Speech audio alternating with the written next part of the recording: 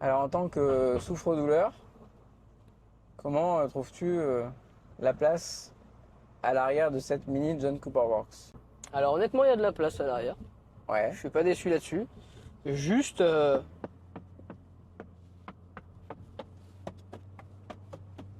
il est où le cuir? Il n'y a pas de cuir à l'arrière.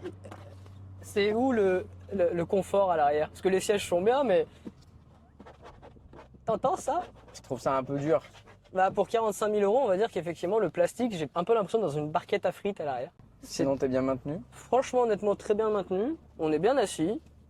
C'est un peu droit. Très tape-cul quand t'as roulé un petit peu fort tout à l'heure. Oui. J'avais l'impression de manger des crevasses à tous les virages. Bien aidé par l'affichage tête haute qui nous propose des indications précieuses sur les virages dangereux, les indications également de priorité à droite. On sent que cette voiture a été faite pour que vous puissiez jouer avec. Après, il est vrai que le curseur du confort a peut-être été poussé un peu trop à l'extrême vers la rigidité que vers le confort pur. On sent par contre qu'elle grippe énormément. Ça, Ça, pour le pour coup, dans les virages, tu la perdras pas. Non, ou alors il va vraiment falloir faire une connerie. Parce qu'elle est rivée au sol. Mais du coup, tu en pâtis au niveau du confort. Ça, c'est certain.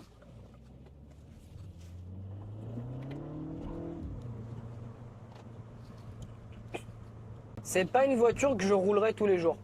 Et pourtant, ça pourrait être un daily. Bah, à 7 litres de conso moyenne, en plus, franchement, honnêtement, oui. Mais est-ce que mon dos en pâtirait pas un peu au bout de quelques mois? C'est pour ça que uniquement le conducteur a le siège maçon. Oui. Alors c'est génial à conduire, mais effectivement en daily c'est peut-être un peu trop raide. Bah, Là, pareil pour pas grand-chose. Hein. oui. Et effectivement, je rebondis sur un point que tu as cité tout à l'heure, c'est que le faux bruit des enceintes à l'avant, certes, il apporte un plus, mais je trouve qu'il est peu réaliste.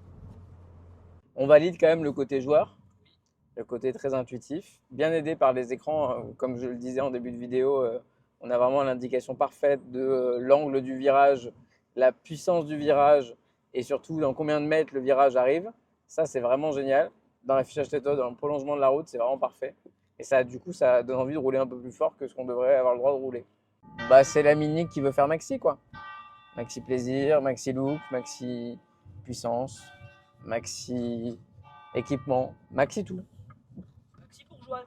Mais ça reste l'esprit Mini quand même, le côté karting.